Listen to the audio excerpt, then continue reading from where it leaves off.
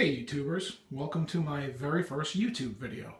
I had intended on doing this video a long time ago and just never got around to it and kept constructing my first HO layout and got fairly far along and said, you know what, I need to throw this video together before I get too far in and then nobody will ever be able to see any of the progress I've made. So I got into the hobby about 1 year ago, and this is where I'm at thus far. I started with a Bachmann train set, and I'll get into some detail about that in a little bit. The set came with this C&O 280 Baldwin, about 6 or 7 pieces of rolling stock, an EZ-Track oval, and one Bachmann DCC remote turnout, and the Dynamis controller.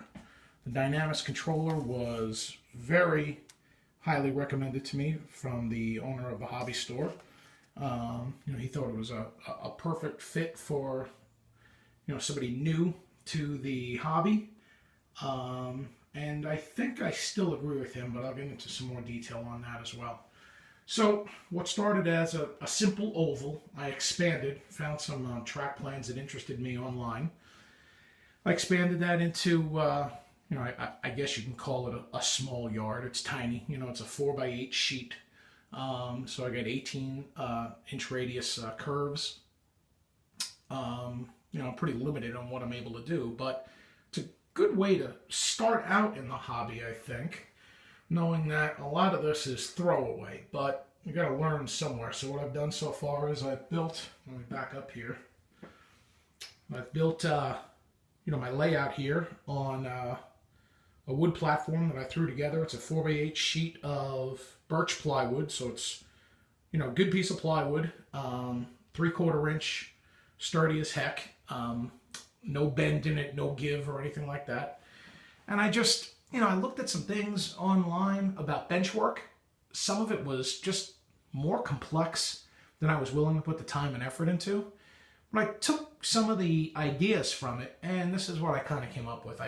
Really all it was building these 4 posts in the corners,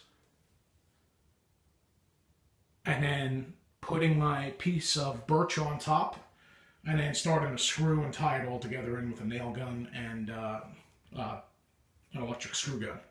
So it's not 100% perfectly sturdy. You're not going to take this to a train show, but for my use, it's perfect. And I think I spent probably, the plywood was probably $30 or so, and the rest of all these legs and everything is just pine that I bought. I probably spent $30 on that.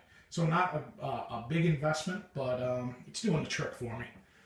After that, I watched a ton of videos on YouTube, so thank you to the YouTube community.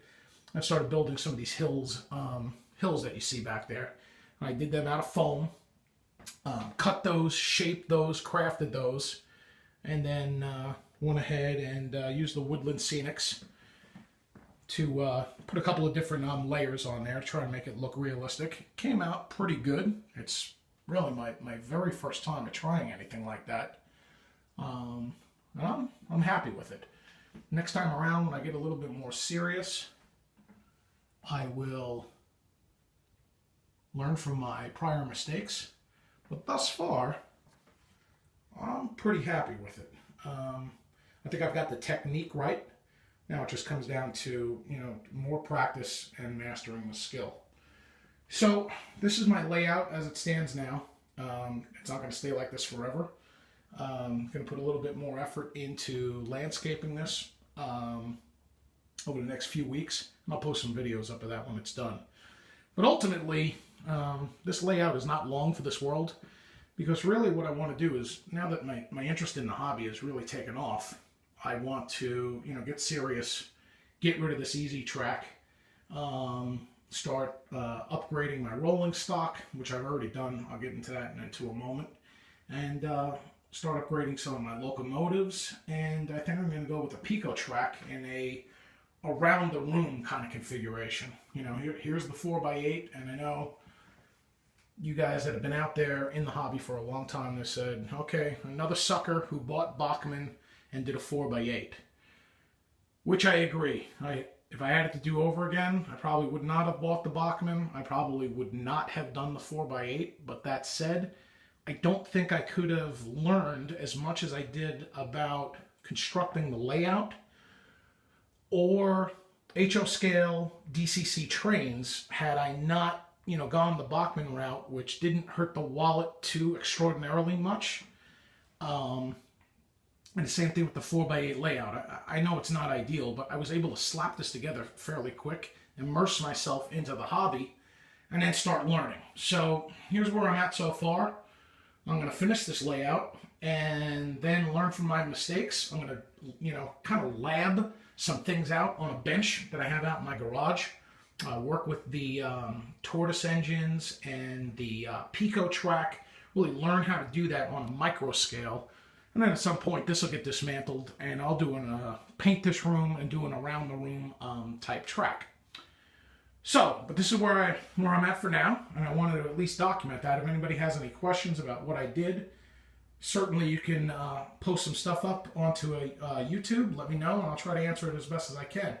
So now, I had mentioned I'll get back to the Bachmann, the Dynamis, the EZ-Track, so on and so forth, and I think you can tell already that I'm not an expert in this hobby. I'm a neophyte, I guess you would call it.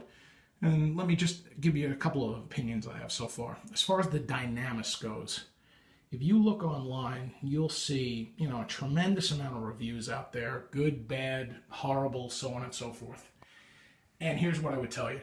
If you have the patience to learn how to use it, it is pretty darn potent at its price point. You've got 20 function buttons. I'm not sure how many locomotives you can control. It's wireless, infrared wireless, so you need to be able to point at your receiver. That's an important thing to take away there. I've done consisting. I can remotely control. These are DCC turnouts that you see all over the track. So I can remotely control all of them.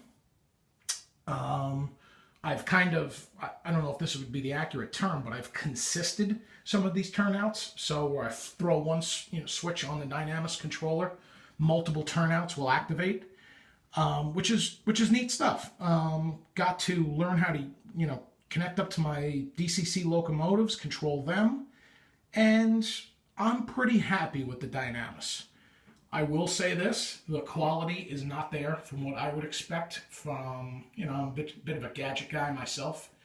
And it's not where it needs to be, in my opinion. I've had weird things happen with it where it just doesn't turn on.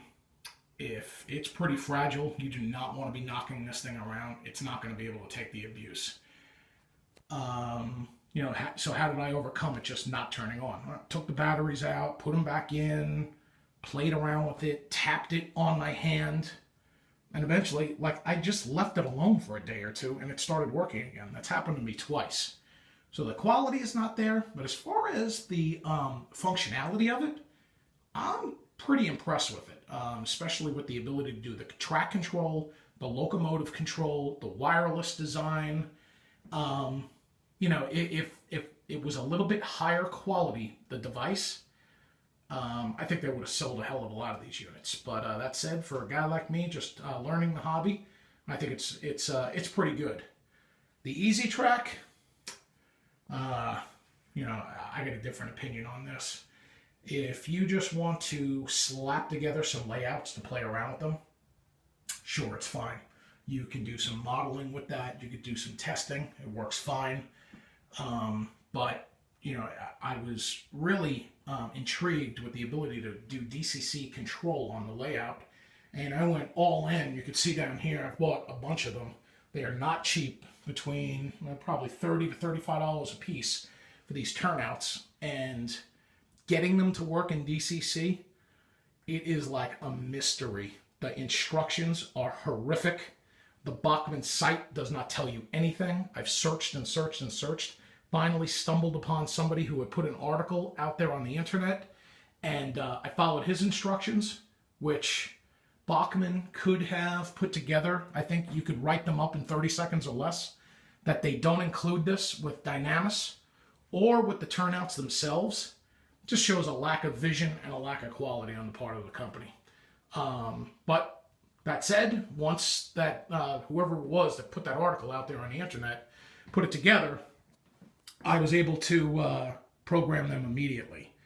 The next problem would be the Bachmann rolling stock. No matter what you do, it just will not go through these smoothly. This 280 Baldwin has tremendous difficulty going through there, which led me to my second purchase, which is this Athearn GP9. And this one will rifle through the turnouts with not much difficulty at all. And then I started buying some MTH rolling stock because I saw that the MTH gear came with KD couplers. And being a novice, I didn't want to have to take apart all of this rolling stock, which I actually did start doing on the Silver Series Bachmann. I bought a KD, I guess you would call it like a calibrator type device to gauge the height of the couplers, so on and so forth, and all of the Sterling Silver Series from Bachmann. It was all over the place. The one piece I have, which I believe is this car right here, it's the only one I have on the track right now. Its weight was accurate, the couplers were at the right height, and I kept that one. The rest of them, I boxed them up. I'll try to sell them on eBay. A kid could use them. That would be fine. I mean, there's nothing technically wrong with them. They just don't. If you're going through these tight curves like I have here with turnouts, 18-inch radius, you're going to have problems. I upgraded to these MTH units. Still have some problems, which I attribute to the Bachmann EZ-Track. But as far as the rolling stock goes, these are 1,000 times better than the Silver Series that I had. So that's one thing led to another. I probably spent more than I should have if I would have just bought quality up front. But with the replacement of the Bachmann Silver Series rolling stock with, that's an MTH unit, that's an MTH unit, so is that one, and all of these New York Central coal cars, they're all MTH. I've had far less problems. So, and also with this Athearn unit, runs like a champ, no problems with it at all. Very happy with those. This unit here from Bachmann, I guess the good things I would say about it, at the price point, it's a nice piece of steam. The DCC control is very good, very reliable. It's very loud. I wish there was volume control on this like MTH has with their DCS system. There's no volume control, but so sometimes I have to run this turned off because it is very loud, which could be a good thing or a bad thing depending on your situation. The headlight is atrocious. Even with the lights turned off, you can barely see it. The Athearn unit is probably 100 times brighter, and it consistently derails through the Bachmann EZ-Track turnouts, 18 and 22-inch radius. So lots of issues with that. I just think, again, it's Bachmann. I'm not trying to torpedo that company because, like I said, for the price point, you get a lot. But at my age, at my level of interest with the hobby now, you know, it's more than just casual. I just need higher quality. I think for a younger person, somebody starting out, doesn't have that much to spend at that, you know, whatever that price point that's right for that type of person, the Bachmann gear is very good. Like I said, the Dynamis, once it's up and running properly, it can do a heck of a lot. You'd be impressed. I think there's people in the hobby who have been around for a while will poo-poo this device, make fun of it. Bachmann's an easy target. I think if they work with this for a little while, they'd be impressed with the functionality. But, you know, I got to be honest, quality's not there. I already mentioned some of the issues that I had with it. The Bachmann locomotive, again, really nice. When I first got into it, very impressed with the sound. Headlight, really bad. Does not handle this EZ-Track.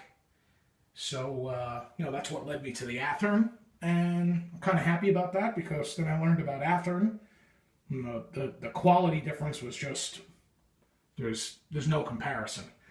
And then, the purchase of the Athearn got me looking at other locomotives. I started looking at the MTH stuff, which led me to the MTH rolling stock. I saw the Katy couplers, and then bought those, and I've had a heck of a lot less problems. So I'm learning as I go. I still got a lot more to learn, but that's where I'm at so far.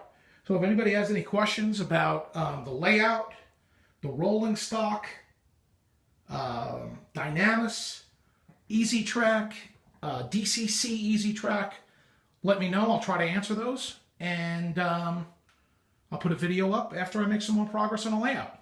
Hope you enjoy.